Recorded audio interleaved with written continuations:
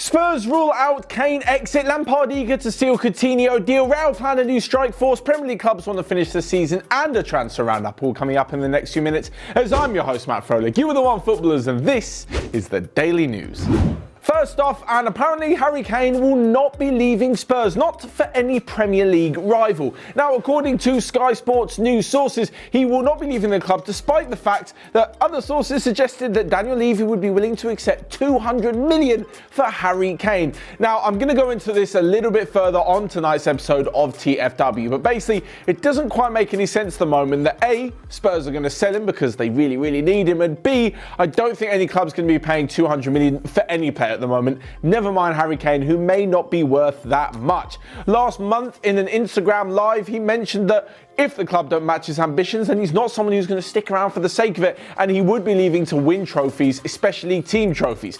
Having said that, of course, coronavirus basically puts everything on hold for the minute, and with clubs not knowing when the season's even going to end or when the transfer window's even going to be, it's kind of difficult to make plans. Of all the teams who could sign him, even though the Premier League has been ruled out, it was only ever going to be Man City or Man United. City and United have got the money, and if City aren't in the Champions League, well, then they're probably not going to be able to attract Kane. If they are in the Champions League, they'll probably be holding on to Sergio Aguero, so maybe there's not space for Kane. Of course, United do have Martial and Rashford, but yeah, I'd probably say that Kane is definitely above Anthony Martial as a centre forward.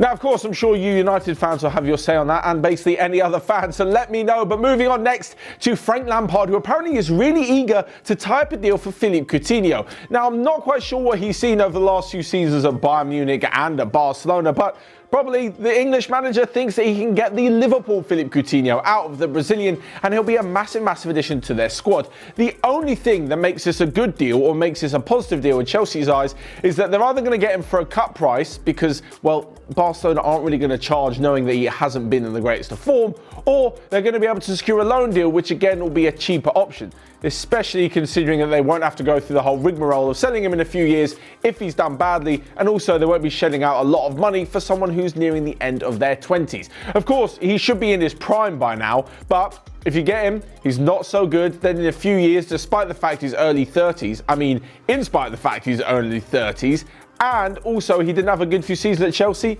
there's no way they're going to make any money back on him. So a cheap deal now or a loan deal is going to be brilliant for Lampard. On top of this, though, it looks like Jadon Sancho said he won't be joining Chelsea, but again, that's just more paper talk. Now moving on and to the two big names which you've spoken about being at Real Madrid, but it looks like they have set a plan in motion to bring both Erling Haaland and Kylian Mbappe to the Bernabeu. Last week we mentioned how Kylian Mbappe moving to Real Madrid is literally a case of when and not if. I was going to say it the other way around there, but it looks like it may be in the summer of 2021 when the whole world is back on its feet. As for this summer, it looks like they could make a move for Erling Haaland. Now, there has been reports that his £60 million release clause that's in his Dortmund contract doesn't actually come into play this summer, maybe next summer or even the summer after.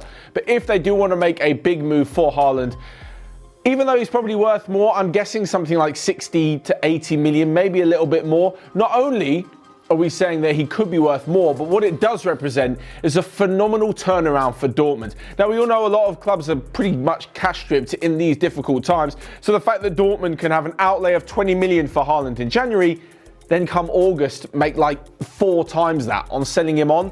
I know it's not what Dortmund fans want to hear, and I know it seems a little bit greedy from Real Madrid, but they're probably going to take that kind of money, as I mentioned, especially when money is a little bit difficult to come by at the moment.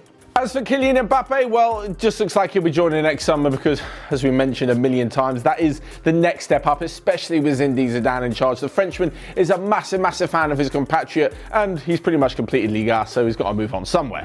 Anyway, next up though, and to the return of the Premier League, and apparently all the clubs really want it to be completed. That is according to Crystal Palace manager Roy Hodgson. Of course, he'll have some sort of inside info having spoke to other clubs and other managers, but apparently he is really willing, as the rest of them are, to complete it, even if it comes in a 35-day window like the Premier League are suggesting. They're saying that with 2 matches per week, they could complete the season in 35 days, which is just over a month. Now, when you think about it, we were talking about mass disruption to the Euros, which has obviously been moved to next year, and to the following season and the transfer window.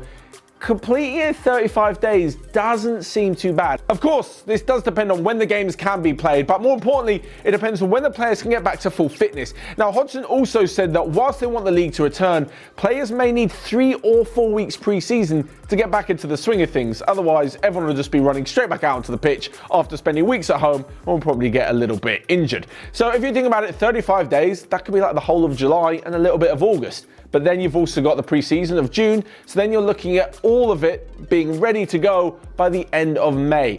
Other leagues have mentioned that that is a reasonable date, but I'm not so sure. Anyway, whatever happens, they'll basically be doing a pre-season, really cramming in and finishing the Premier League, and we haven't even spoken about finishing the Champions League, then a short transfer window and a break, then another pre-season, then back into the league. So whatever happens, next season's Premier League will be affected, but I think in a 35-day window, that's a realistic possibility.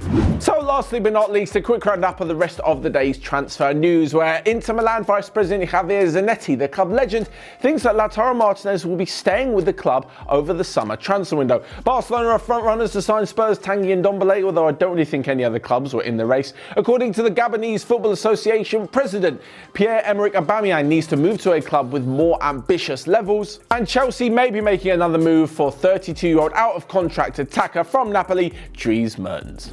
So there you have it, that's all from me for today. Make sure you smash the like button down below and let me know your thoughts on the rest of today's daily news. Whilst you're at it, you can also click here or here to check out all the other videos we've got going on OneFootball. But until next time, have a great week and I'll see you guys later.